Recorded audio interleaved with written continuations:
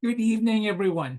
Welcome to the 2025 Giller Book Club. My name is Kevin Chong. Tonight I have the pleasure of interviewing Anne Fleming about her Giller Prize shortlisted novel, Curiosities. Some quick reminders before we get started. First off, please make sure to have your Zoom on a side-by-side view for the best possible viewing experience. Our conversation will also be followed by a Q&A period. So if you have any questions for Anne, please submit them using the Q&A feature at the bottom of your screen. Um, now, my name's Kevin Chong. I'm supposed to read my bio, but I'm going to skip that. I wrote the book, and we'll just leave it to that. Now, over to the star of our show. Anne Fleming is the author of Pool Hopping and Other Stories, shortlisted for the Governor General's Literary Award for Fiction and the Ethel Wilson Fiction Prize.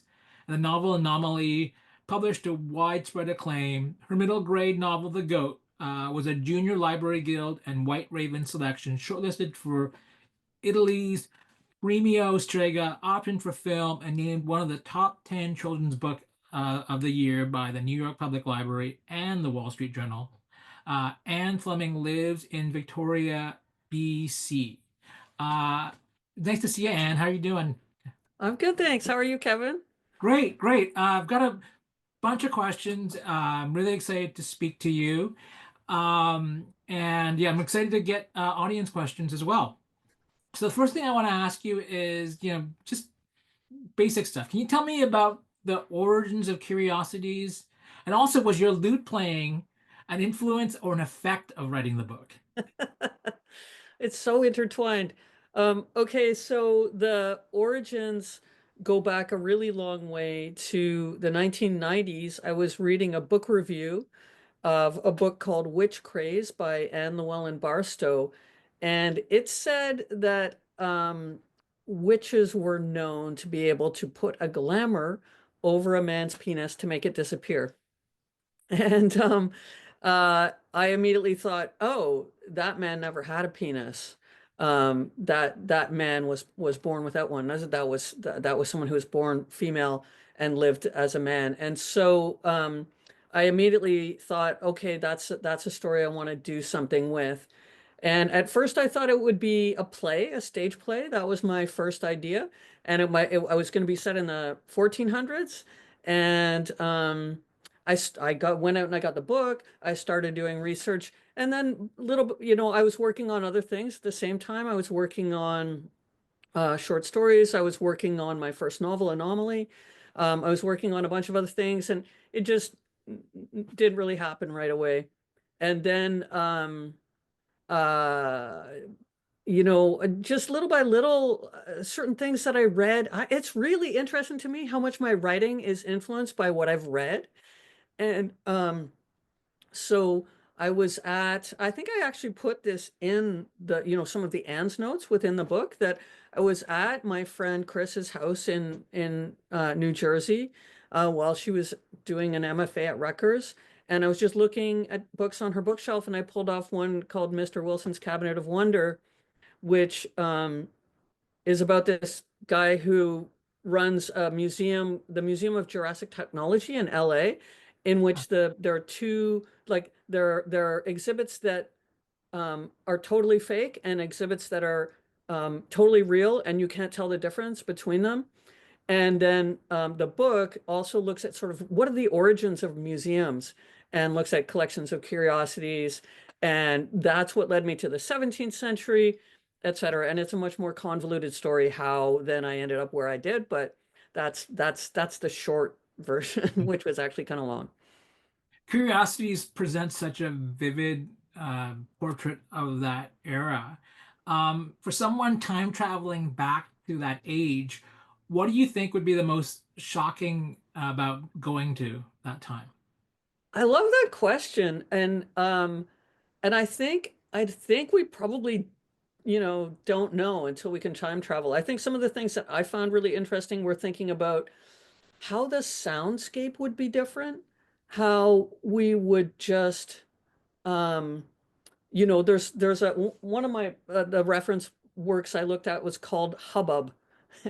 And it's just it looks at um, noise and filth in throughout the centuries. And so but I think that idea about like what would you hear, you'd hear human voices, you'd hear if you were in like a semi-urban setting, you'd hear the sound of animals, um that sort of thing, but like none of the um other sounds that I think we've become really used to. And I think also, I think a lot of sensory things, like I think would probably surprise us. Like I think odors and Mm. cleanliness. I mean, people were, there's a historian um, who, Ruth Goodman, who is part of Tudor Monastery Farm and those other do you know any of those shows? My I son was think I know the very genre. in, My son was very into Tudor Monastery Farm for a while, so we watched it. We built ourselves a wattle fence, and but she um, spent this period of time deciding I'm going to live as if I were in Tudor England, and which is a little bit before my time period, but close enough. And I'm going to perform hygiene in that way. And what that meant is, while they didn't bathe, they did take a cloth and like wipe their faces and like wipe their body parts and stuff. And like the sort of natural oils of their bodies meant that, they weren't disgusting. So she did this for a period of like 2 months or something and found that actually she was not so far off of, the way that we might be, in terms of her own odor and stuff. So, I think the shit in the streets would probably surprise us. Oh There yeah. was, fair amount of shit in the streets. People just like shat where they were. So, Do you yeah. think we'd be able to talk to people back in that age? Because I listened to Shakespeare's plays done in the English as it was spoken in that time, and it's really hard to. It's not exactly easy to follow, is what I'm saying. And would that be a challenge going back into time? Yeah, for sure. I think it really would be. And I think a lot of it too is accents. Like even now, right? People who have extreme accents, whether it's like a Newfoundland accent or an Irish accent or a Yorkshire accent, um, like they're those are hard to understand now. And then there are people who like now are trying to recreate Shakespearean accent, not just the language, which we're familiar with from like going to see Shakespeare's plays put on now, but they're performed with contemporary accents. And so we can understand them. I think there's a lot of that, like actually linguistic difference that we would find challenging. Oh, okay. Because like leads to my next question. Your book's an amazing sort of active writing in a different dialect and in an anachronistic version of English. What would you say the biggest challenge of writing in that kind of English was? And were there any texts you used as a guide? Um, There were many, many texts. In some ways, the challenge was how to actually not go all the way with it, how to make it palatable to the ear. That's, what's the equivalent of listenable, Mm. likable to the ear.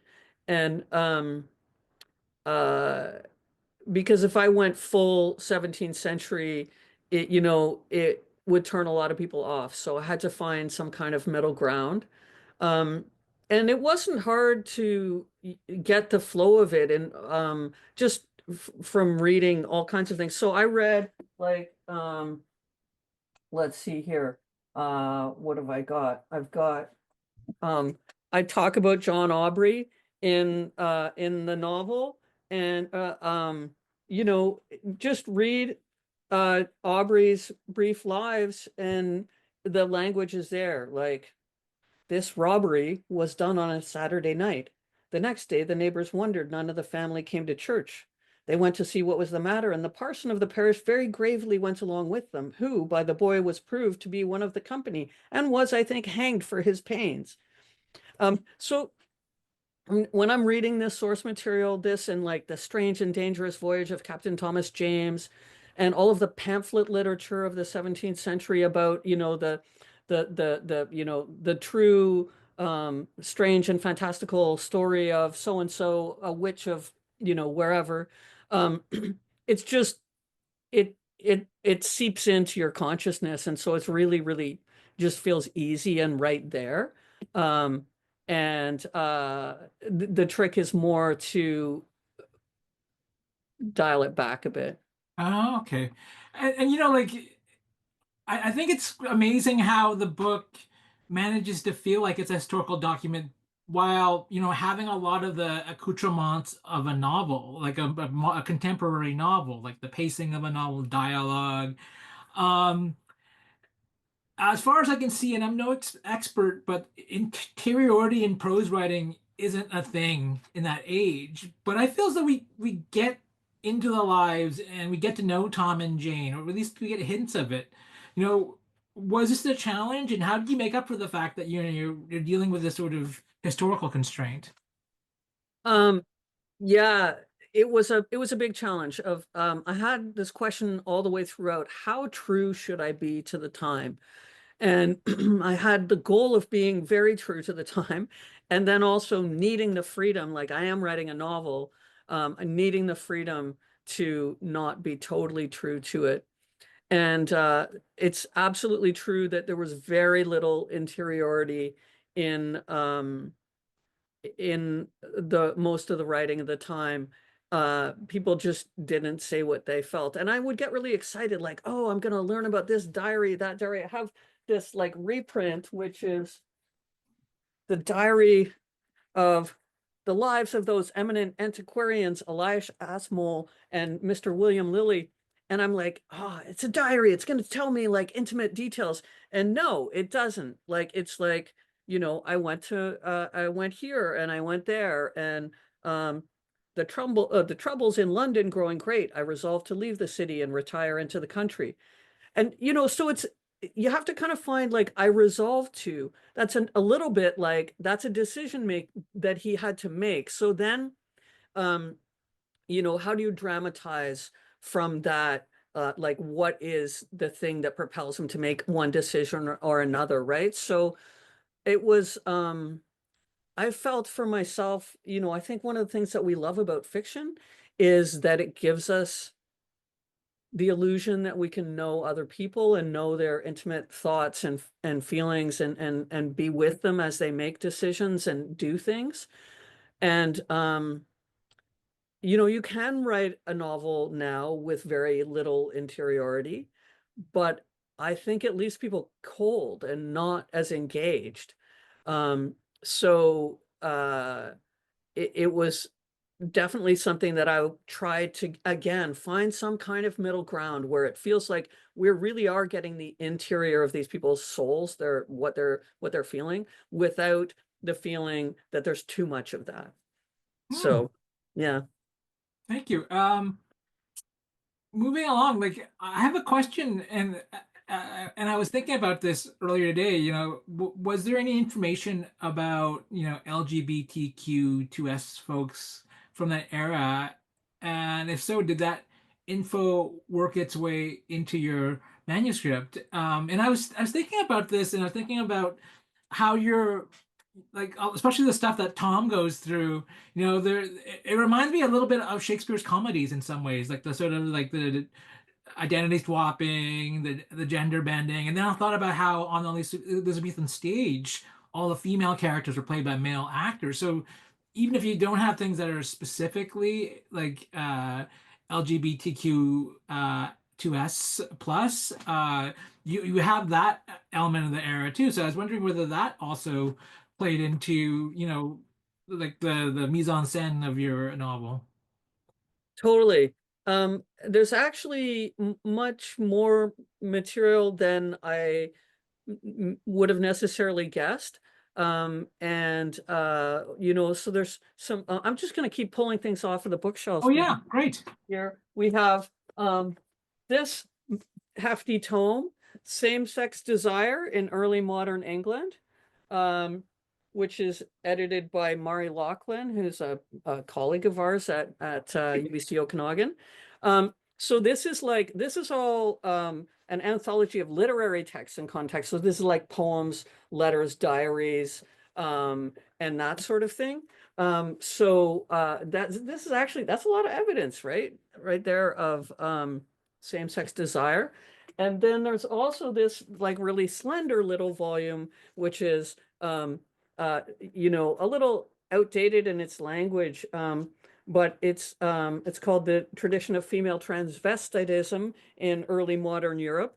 And it's by a couple of Dutch authors, and they looking through the record, they found, I don't know, somewhere in the realm of like uh 95 or 120 women who no, I don't know. We don't know what language, but let's say people who were born female who lived male for longer than a short period of time over a couple 100-year period. And that's just in Holland, right? So if you have like, and that's just the people who showed up, who got discovered in one way or another. So that's like that's a lot of people. And so you have to think that there are other people doing the same thing in other places and similar kinds of records, which there are those for England and other countries as well. And so there were people who were born female, lived male, married other women, who sometimes it was for a shorter period of time, like just to travel, right? To travel as a woman alone was like really dangerous. It was dangerous for anyone to travel because of the fear of bandits and so on. And um, so if you wanted to travel as a woman and you had no men to go with you, you had to dress as a man to travel. So that was common. Really common for people to go to war, to sea. The Navy is the easiest thing to do if you have no trade or background or whatever way to make any money as a young person of either sex. You can go into the Navy. So that's another really easy thing to do. Higher chance of discovery in the Navy than in the Army, for instance. But anyway, yeah, so there's actually lots of evidence. There's also this really lovely, not lovely, funny pamphlet um, that I was so tickled to come upon. It's called Hic Mulier. And Hic Mulier, it's so in Latin there's hic, hec, hoc for genders and neutrals. So hic is the masculine, mulier means woman. So hic mulier is like the man woman. And there's also another one, a companion pamphlet that's Heck Veer, so the womanly man. And Hic Mulier is this pamphlet that it's basically saying like it's terrible the way that women are wearing men's clothes and wearing plumes in their hats and carrying swords. Can you believe it? We have to stop it. And so the fact that they have a pamphlet saying, we have to stop it means that people were doing it. So, yeah, there's loads of evidence. Not as much as, maybe um, I would like, but there was lots to go on, and that was fun and exciting. Hmm. That's amazing. I didn't know that there was such a rich. Like, was it difficult to try to like pick and choose what you're gonna borrow from? It was. I wanted to include like there was this really famous, I've forgotten her name, but there was this famous um woman who wore men's clothing from the waist up and skirts from the waist down, and she was known within she was widely known. I'm trying to remember her name. Anyway, I don't remember her name. But yeah, Uh, now I've even totally forgotten the question. So, we're good. Well, that's okay. I want to move on actually because I want to ask you kind of like a novelist question, a novelist to novelist question. I love the fact that the book has, like five texts that it sort of jumps from. Uh, was it always like that? And what were you hoping to accomplish in terms of narrative with the change in points of view? Um, Was it always like that? And what was I hoping to accomplish? Well, it's hard to reconstruct the exact path that the novel took along the way, but fairly quickly I knew I loved the language, and I knew I wanted the language of the 17th century in there. And I knew if I wanted that, then I would need to be working with what were, purportedly written documents, because if I wasn't using written documents, I would just use regular spelling, whatever, right? I might toy with word order or whatever, but it needed to be written documents. So once I have that idea that, okay, I'm dealing with written documents so that I can do the language stuff that excites me, um, then then there's figuring out, well, what is the story? And how do I want to tell it? And there's this, I always forget which is which in the in narrative theory. There's uh fabula and Oh, yeah. sujet. And I'm like, which one's which? I always have to look it up. Fabulous the backstory, I think, isn't it? Like that's like the I think so. I think fabula is like what happens. If you imagine that this really happened, it's like what happened in what order. And then yeah. sujet is the way in which that is given to the audience. And so that was always the struggle of like figuring out, okay, first of all, what's the fabula? And then what's like what happened? And then how am I going to show what happened? And I put it a bunch of different ways. There's some times where I was like doing a lot more intercutting between the sections. And then other times where I'm like, no, I had them in quite in different orders. Like I'm going to put this one first and then that one. And then ultimately, I'm very happy with how it ended up. Um, so that I think that the experience of reading it can offer some pleasing surprises for readers as they go along, um, where characters who are known as one name might appear under another name, and then that, so there's that. And then there's the question of like, what, leaving, bringing people to a big dramatic pass and then going off on another whole journey. What the hell? Mm. And then, but meanwhile, you're wondering what happens, and then coming back and intercutting those. Um, it was tricky to figure out, and also like a great fun puzzle. Mm. Uh, Thanks for that. One character that really stayed in my mind was Lady Margaret, who seemed in some ways to be like a female version of Sir Francis Bacon. Was there in fact a model for her? Because it seems like such a real, vivid person, and I can see like Lady Margaret through time, like Lady Margaret was a Elizabethan era, Gertrude Stein or something, and yeah, Oh my was goodness. were there people like that? Like, Oh, I love the idea of Gertrude Stein as Lady Margaret. That's actually not too far off the way that I was imagining her. Yeah, like, I would say the two main things are Lady Margaret Cavendish, who lived later in the century, and although she was much snootier, so there's some cautions about Lady Margaret Cavendish, but then also. Um, John Aubrey. Like he was somebody who was interested in everybody. And he has this description when he's talking about his own life. And as a child, it sounds like he was really lonely, actually. Like this little kid alone on an estate, and his parents are very distant, which is something that he complains about at various times, that, in that time, parents and children were not ever close in any way. And so he would like anytime someone new would come to his house, like somebody is building a new cabinet, he would run and like talk to them and ask them questions and want to find out everything about them.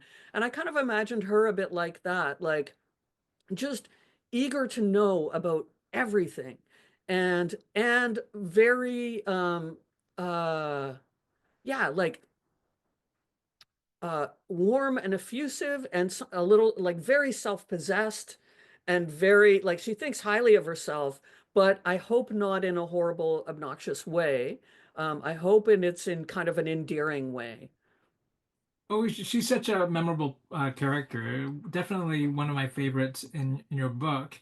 Another element I really enjoyed about the book and was really impressed with was the element of nautical adventure. The fact that the story, is partly set in, or mainly set in the UK, but it also takes place in Hudson's Bay.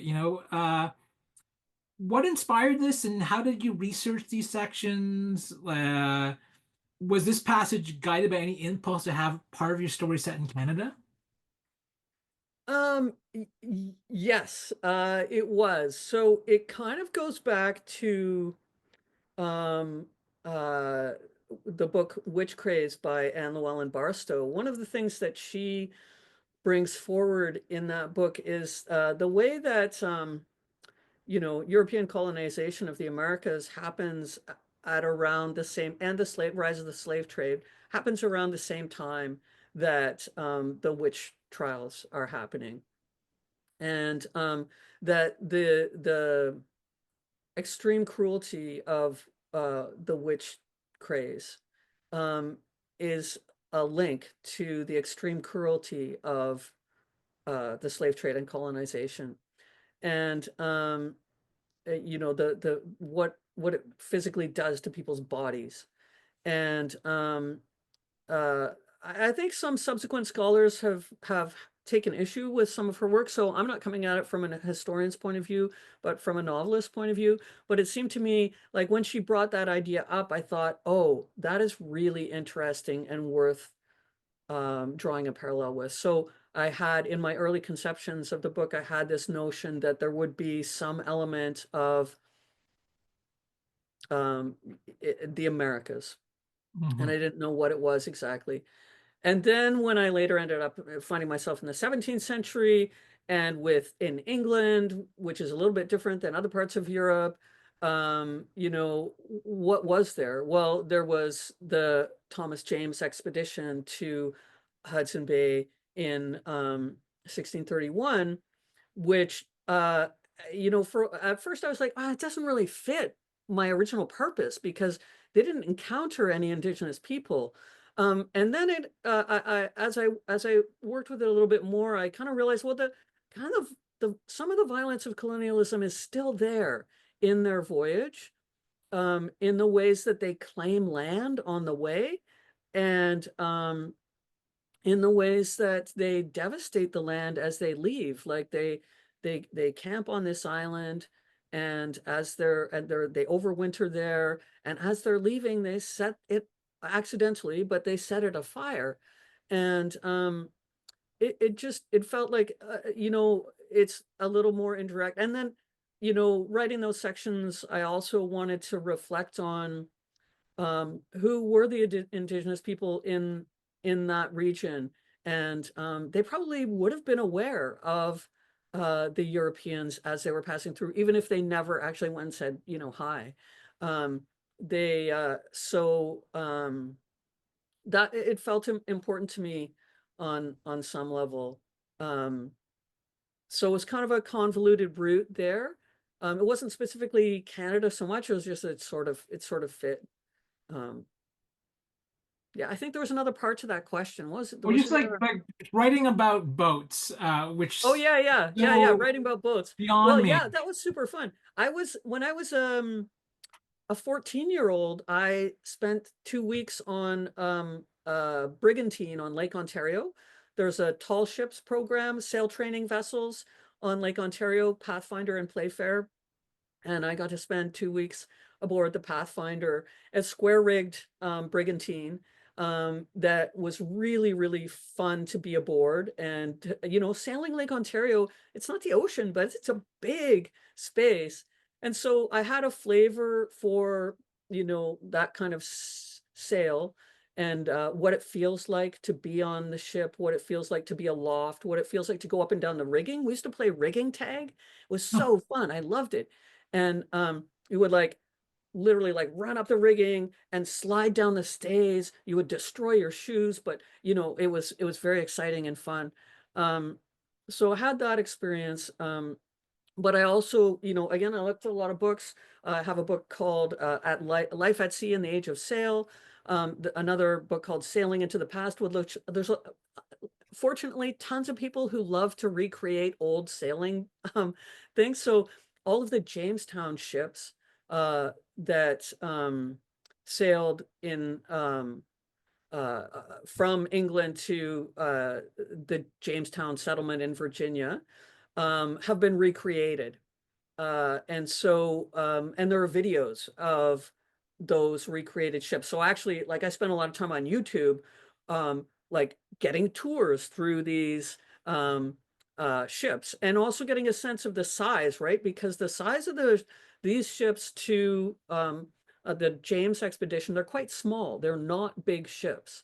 Well, there's only one of them, but there was also Luke Fox did an expedition at the same time, so his also was fairly small, and that was deliberate to use a small ship.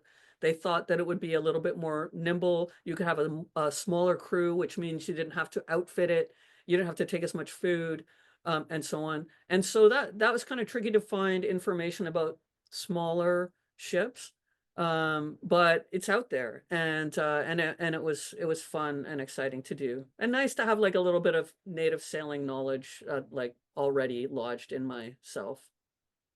it was really like an adventure novel like that, just sort of in that section that was really fun to be part of. Because the book's got so many elements that are so varied and fun. Another one of which is and the historian's meta commentary. What was it like to be an auto-fictional alter ego? What was the intention? Was it was it just to take a break from writing anachronistic English? um a little bit, yeah. It was I would say that I had this idea, so from the beginning that I thought, oh, that man never had a penis. I always thought that person would have a lover, that the lover would be accused of witchcraft, and that person would die at the end. That was the end of the story. And every time I wrote towards that ending, it felt wrong. It felt like the wrong person is dying here for the wrong reasons in a bad way. This just doesn't feel good. Um, and um, but at the same time, I always liked the idea of having the like contemporary, stand in for me, be part of the story. But I thought that a publisher probably would argue that I should take it out, that I should. Did I remember when I was doing? It's not exactly the same, but I remember when I was taking screenwriting at UBC Vancouver and I was doing my MFA, and Hart Hansen was the instructor, and he was like, there are certain rules he had, and one of them was no voiceover. No, you're not allowed to use voiceover, and it's kind of like this is a little bit like voiceover, right? Of like, um, and the idea is that the story needs to stand on its own without the voiceover. And so I really thought I need to get this historical story 100% figured out. And the problem was I literally couldn't until I put my that and the contemporary and back in there. And that's what let me finish in a way that was satisfying to me, which was with an element of uncertainty or doubt. So it was really, really fun to fictionalize myself with like dumb details that don't matter to anyone. Like, you know, I didn't do a music education degree at U of T or 2 years of a music education. Like, who cares? It doesn't matter. Um, but it was really fun to insert these little falsehoods. And so it was entertaining and a, a way also to infuse a novel with playfulness. There's a lot of death and loss in this book. And I love a playful narrative. So there was an element of that it gave me that. But in the end, it was actually totally necessary to be able to write the book that I wanted to write. Hmm. Um, that's a really great segue to my next question. We we get to like about the ending of the novel, and how you were working, I guess, towards originally a not happy ending. And what does it mean to have a happy ending for your book? And I say this because as a literary novelist, I feel like we're not supposed to write happy endings, I like know. to have like bittersweet endings or melancholic endings or open endings, but not happy endings because happy endings like puts you in the terrain of popular fiction or something. So Yeah. I yeah. know it pisses me off actually. I find that really annoying. Um, and yeah, so how do you do it though? How do you do it without being like sentimental or I don't know, but I think there have to be ways. I think there um it feels important to me to assert that such endings are possible and are likely and are realistic and are I mean in this particular instance I don't know how realistic it is but uh but in the way that I've done it I think there's a it's more about my hopefulness as a person, as a persona, than about a statement about the way that things go in the world, you know? Um, like I think each each person, each writer uh has their innate stance on the way they see things, and that can change over time. Like, as of yesterday, um, the you know things we already knew things were taking a turn for the worse. That's been coming for some time, but um, our personal views can change over time based on our experience. But having a sense of positive outcome is I feel super legitimate. Hmm. Oh yeah, and I feel like you have your cake and eat it too. You Yeah, have that yeah. ambiguity of the literary ending, you have the happy ending, you have like a possible more historical sort of the historically accurate sad ending. They all kind of coexist, and the narrator and the historian chooses the happy ending, which feels very appropriate to the story. I'm curious to know, like as my next question, what reader reactions have been to Curiosities. I read a few reviews, and it's funny because some don't know that the nonfiction texts are actually fiction, but that does change the intended effect to the story. Does that bother you? Do you read reviews? What do you think about the reaction? Um, well, it's fun. I mean, that people take it for real. It feels like, little pat on the back, little testament to the way that it was convincingly enough given that people took it that way. It's like, that's great, and a little bit like also, but that I reference the a Museum of Jurassic Technology in the ways that the true and the untrue or the fictionalized are mixed there and are not always distinguishable. I feel like that feels there's something bigger there to suss out that um I think when we talk about truth, we fictionalize. I think that when we fictionalize, we're telling truths. Um, uh, you know, I think that our subjectivity as individual people means that, uh, yeah, the truths are sort of necessarily fictionalized just by existing in our consciousnesses, if that makes sense.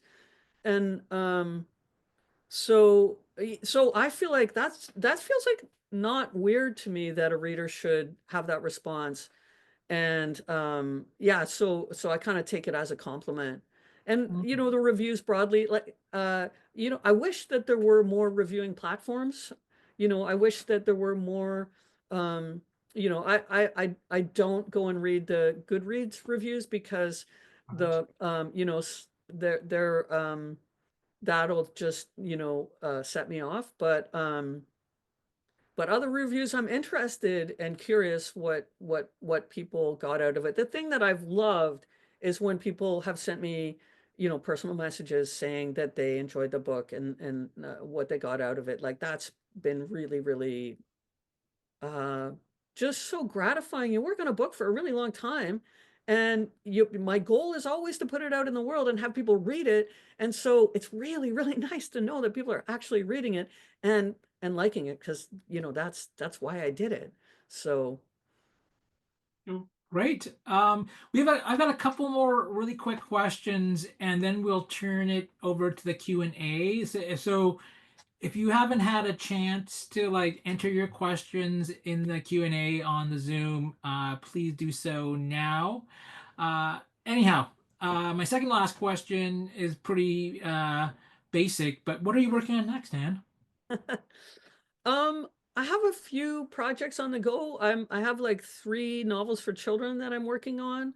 And you know, one is about a group of vultures, Oh, and one is about a medieval soccer game between two towns.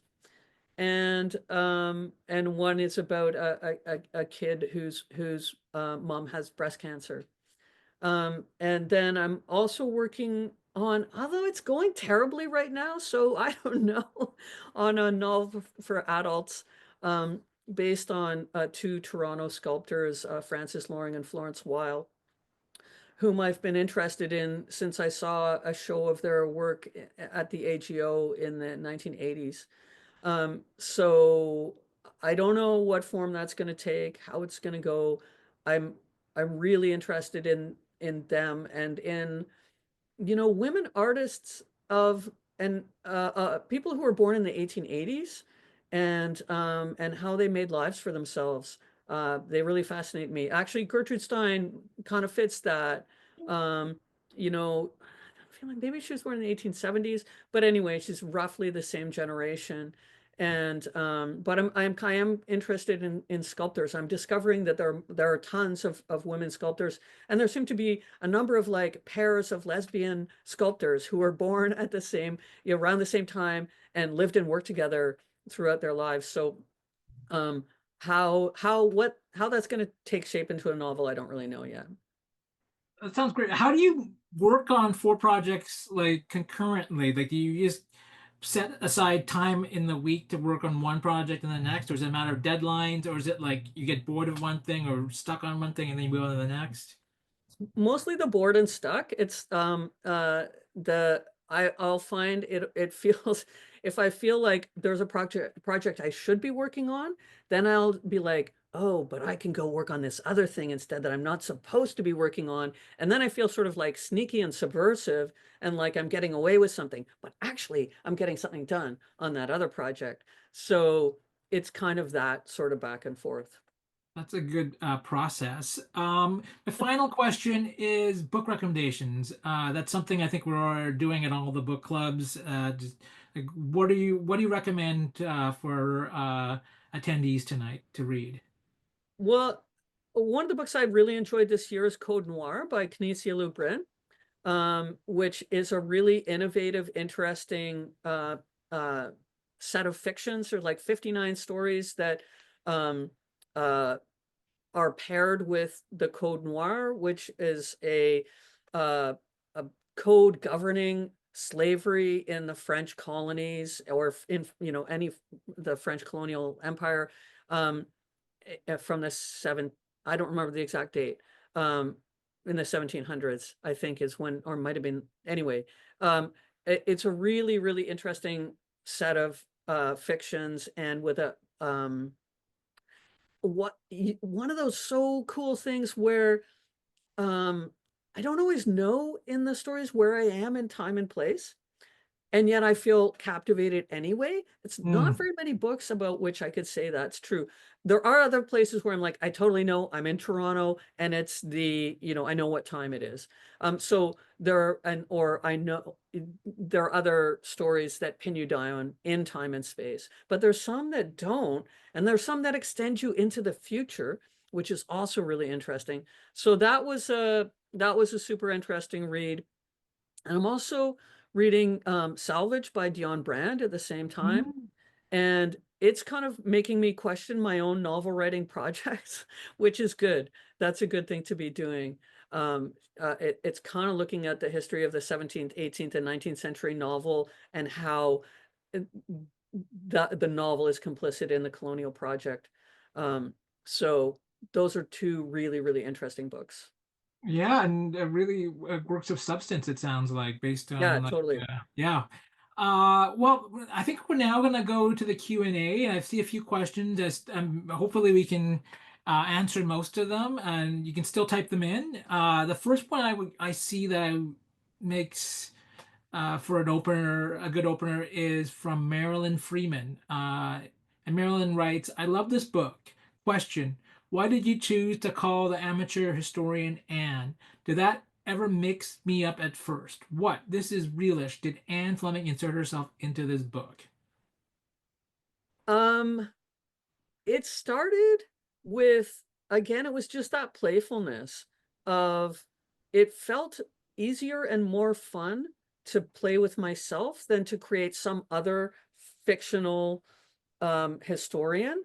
Um, and it was just really, yeah, it was about what felt fun to me. And I feel like when I let that sense of fun guide me with my writing, then I'm always much happier with the result than if I let something else guide me. Hmm. That's a great answer. So there was never you never considered having an amateur historian with a different name. No, I never did. Hmm. Uh, Makes sense to me. An anonymous attendee asks how much was plotting and how much was pantsing. And pantsing is like going by the seat of your pants versus elaborately outlining. For those who are not in the know. It's that's a great question, and probably I don't know that I can answer, like, to a certain extent. Um you know the amount of death, the amount of danger, the threat of witchcraft accusations, the sense of um, that sense of danger was always there. So those, it wasn't hard to come up with those things. But what was hard to come up with, for instance, in the Hudson Bay section, was like, okay, beyond mere survival, what are the stories driving this? What are the, like, emotional stories? What are the understanding of self stories? What are the interpersonal stories driving this? So feeling like I need some of those in order to keep the book interesting. Um, and there's always this thing of, like, being confronted with, okay, it's a day I'm writing, and I don't really know what the next thing is that happens. And the only way I can find out is to just try something out. And so and that's the seat of the pantsing. Um, and sometimes it turns out that then reveals to me the story that needs to be followed. And other times it's just like, oh, that didn't give me anything. Okay, Hmm. that's fine. Hmm. Nina Levitt has a question that I really like because she asks about one of my favorite characters. Can you talk about Old Nut? Is she based on a historical person or a melange? Very much a melange. Uh, I had um, I had someone of my acquaintance in mind for, like, how she looked. And so and this someone has very deep set, merry eyes, very alive, very warm-hearted person. And but taking that merry-hearted, alive, warm person and putting her in desperate um situation of having lost her hearing, probably because her father hit her on the ears Mm, repeatedly. And a marginal existence, literally marginal existence between towns, subsistence living in a forest in early modern England is not a good way to, learn to live well. Um, uh, so she was, it was kind of an extrapolation, but there were nutters. Like that word nutter, we use it to mean crazy people, but there were people who gathered nuts and in these forests, and then like went door to door, um trying to barter them for other things, and whatever, like whatever they could gather and trade for. Like, yes, there were lots of people who lived that way, and they were it was a hard way to make a living. mm. I got another question, I guess about story logistics, and it's from Laurie Anderson, who asks, quote, I'd like to ask why there was no mention of how Tom dealt with her menses, because like, you deal a lot with Tom like peeing standing up, which is Yeah, one of the most fun parts of this book, one of the like the cleverest parts of the book, I think. yeah, But yeah, this part I guess wasn't Lori yeah. had a question. Yeah, I totally thought about it, and I really wondered. First of all, I thought that this is something that Tom would never actually write down. So there was that aspect of like, this is something that Tom deals with, but it's not something that they write down. Another thing it would be that at various times in their life, probably on the Hudson Bay journey, their poor nutrition probably means that their menses cease for a period of time. So they might not have been dealing it very often. But on the other hand, they're working as a surgeon. And so it wouldn't be weird for them to be washing cloths. Like that would happen as a part of their job. So I thought that there would be ways in which Tom would find, um, uh, the ability to wash. Now, they lived as a sailor, when the onset of menses historically was later than it is now.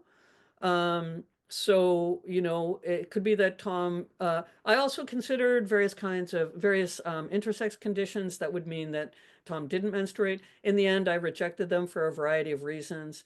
But I visualized Tom as someone who had a very uh, basically negligible chest, and and then and just that they were clever enough to figure out a way to manage it. And it is understandably something that you could read the book and go, what about that? Yeah. And I think that's a totally fair thing.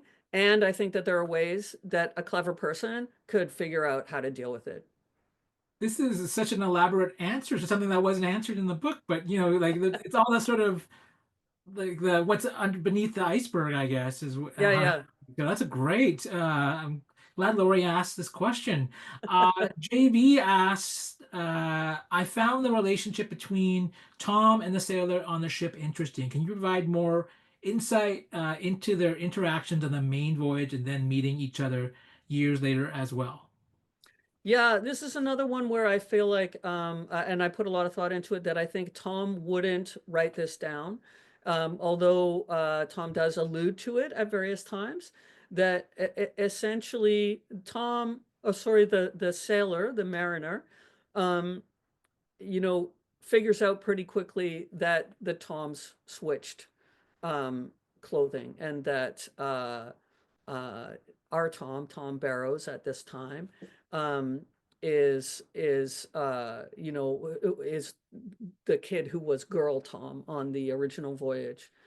And that he's basically a good guy who, is happy to keep Tom's secret.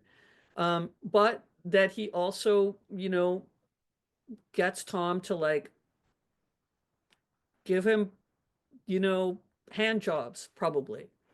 Um, you know, favors, sexual favors, I'm assuming, ways that you know, Tom was able to buy the sailor's silence. And I don't think that they were, you know, like, how do you categorize those kinds of things? Like, I think those kinds of interactions on, you know, on sailing vessels like that, there was sexual contact between sailors on sailing vessels. It's unavoidable. It happened. There's a lot of documentation of it in later in like the Merchant Navy and other places. But you have to assume that it was happening, um, at least a little, depending on the cruise, and that it could happen in somewhat amicable ways without necessarily dire power imbalances and conflicts. Although obviously in this case, there was a power differential there, is that this sailor always held the power to expose Tom.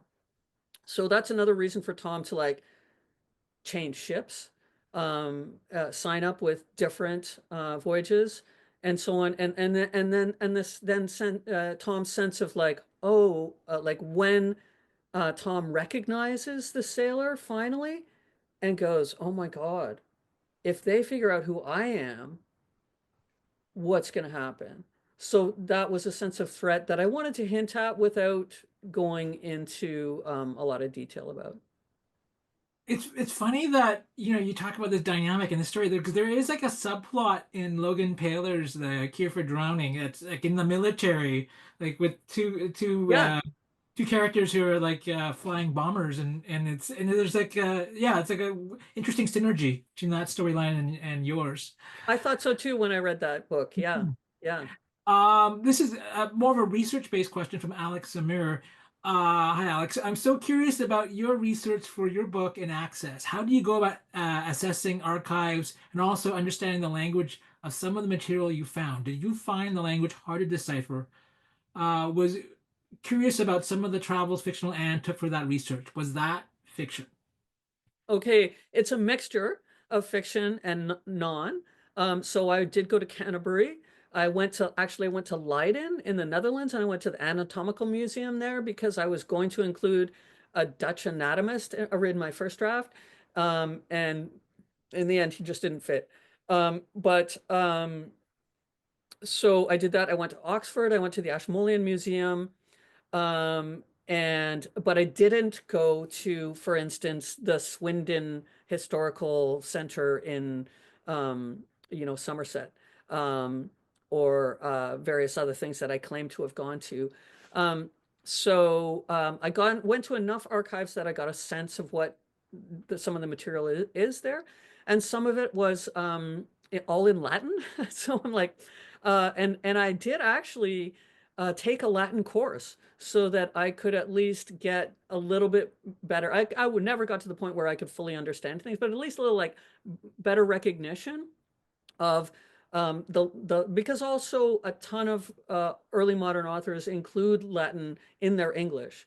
So, you know, they'd say, then did Bellona thunder? And Bellona is, you know, the god of war. And or they'd use other Latin terms. So a real combination, like on the one hand, my ear just became acclimatized to the language, so it became easy. And on the other hand, I did have to do some work to figure things out. And there's still some words where I'm like, what does that mean? Like, oh, I love you know, great example is yard for penis. Like, oh, that is so interesting. Like, that's the one that they mostly used. Um, so you have to, if you don't know that, the first time you see yard used in that sense, you're like, what, what, Hmm. oh. But then once you know, and then it gets easier. Wow. I've got about one more minute. Maybe I can squeeze in one question. And I'm sorry to the people whose questions I haven't been able to get Anne to answer for you. But Nancy Gale says, "Love the book. Congratulations.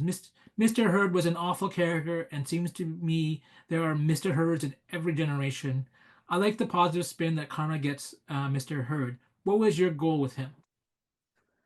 Well, my goal was uh really to give him my sympathy, I guess, at the same time to see where his awfulness can, you know, the terrible things that he does, where do they come from? And and also to try to look at a character who really, really deeply believes that witches are real, that Satan works through witches, and that they have to be eradicated, that they are like a real and present danger to all of us right now for all time, you know. And so who might that character be? There is uh, um, the Witchfinder General Matthew. Oh my God, I'm losing his last name. But there was a witch hunter who uh, styled himself, you know, a witch hunter general in Essex in the 1640s, and I based Heard somewhat on him. Mm. Well, that's a great answer, and I think that's a fitting conclusion to this wonderful chat. A few quick reminders before we go. If you know someone who couldn't make it this evening, please let them know that this interview will be available on our YouTube channel over the next couple of days. Uh, Please join us for our next Giller Book Club on Tuesday, February 18th to hear author Sindhya Banu interview Deepa Raja Gopalan about Deepa's shortlisted book, Peacocks of Instagram. If you've already joined our mailing list, then you'll be sent a registration link. But if not, please head over to gillerprize.ca to sign up. Thank you all so much for joining us and have a wonderful evening. Thanks, Kevin, and thanks. I'll add my thanks to everyone who's joined tonight. Thanks a lot for being here. Thanks, Anne.